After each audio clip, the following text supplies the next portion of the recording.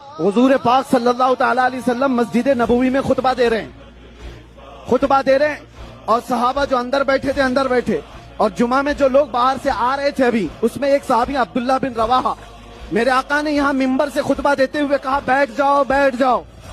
हुजूर ने फरमाया, हुजूर ने जैसे ही ये फरमाया, अंदर जो बैठे थे या जो खड़े थे उनके लिए हो सकता है, अब्दुल्ला बिन रवाहा बाहर आ रहे थे, वो गली में बाहर रोड पे ही बैठ गए।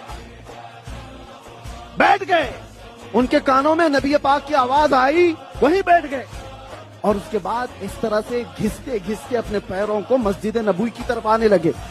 लोगों ने कहा अब्दुल्ला बिन रवाहा तुम यहाँ क्यों बैठ गए, वो तो रसूलुल्लाह मस्जिद में कह रहे हैं। अब्दुल्ला बिन रवाहा ने कहा मेरे नबी की आवाज मेरे कानों में पड़ गई, फिर उसके बाद मुझे अमल करना वाजिब हो गया। अगर मैं खड़ा रह जाता तो कहीं गद्दारों में मेरा शुमार ना हो जाए।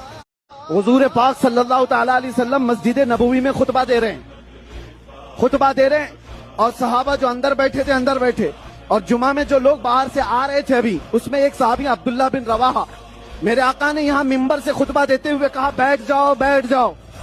हुजूर ने फरमाया, हुजूर ने जैसे ही ये फरमाया, अंदर जो बैठे थे या जो खड़े थे उनके लिए हो सकता है, अब्दुल्ला बिन रवाहा बाहर आ रहे थे, वो गली में बाहर रोड पे ही बैठ गए।